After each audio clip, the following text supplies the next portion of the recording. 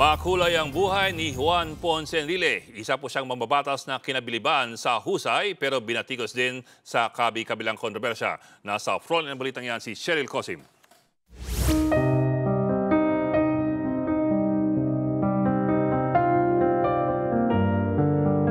Gusto ko, happy kayong lahat.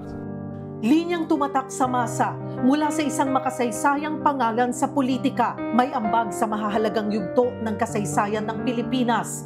Ngayon, ginugunita natin ang mahabang buhay at makulay na karera.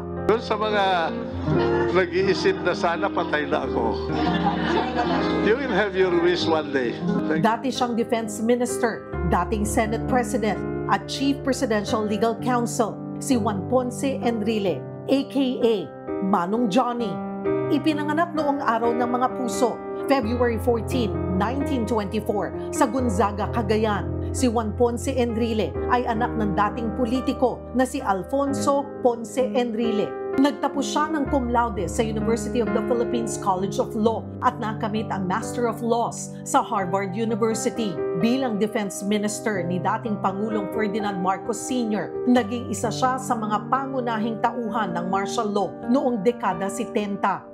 Pero makalipas ang higit isang dekada, siya rin ang naging simbolo ng pagbaliktad sa diktadurya. Noong 1986, sa kasagsagan ng People Power Revolution, sumanib siya sa puwersa ni General Fidel Ramos at piniling kumalas sa Administrasyong Marcos, isang hakbang na nagbunsod sa tagumpay ng EDSA at pagbabalik ng demokrasya.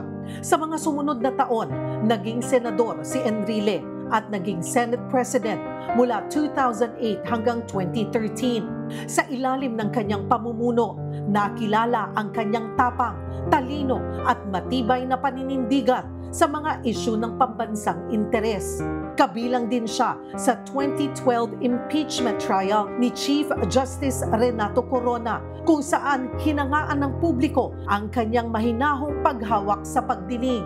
Pero hindi rin siya nakaligtas sa kontrobersya. Noong 2014, 90 years old na si Enrile. Kinasuhan siya ng plunder dahil sa pork barrel scam, bagamat pinayagan ng korte na makapagpiyansa dahil sa kanyang edad at kalusugan.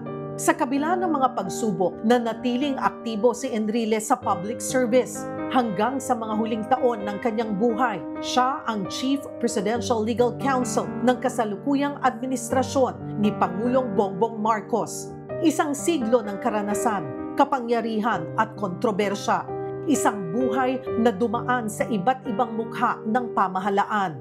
Sa edad na 101, pumanaw si Juan Ponce Enrile, ang pinakamatandang opisyal sa kasaysayan ng Republika.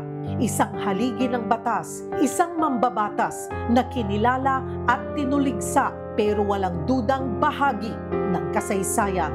Gusto ko, happy kayong lahat. Nagbabalita mula sa Frontline, Cheryl Cosim, News 5. Mga kapatid, Ed Lingaw po, maging maalam at may pakialam sa mga napapanahong balita sa ating bansa. Para sa mas malilimang pagtalakay at paghimay sa mga issue at headlines, mag-follow at mag-subscribe sa social media pages ng News 5.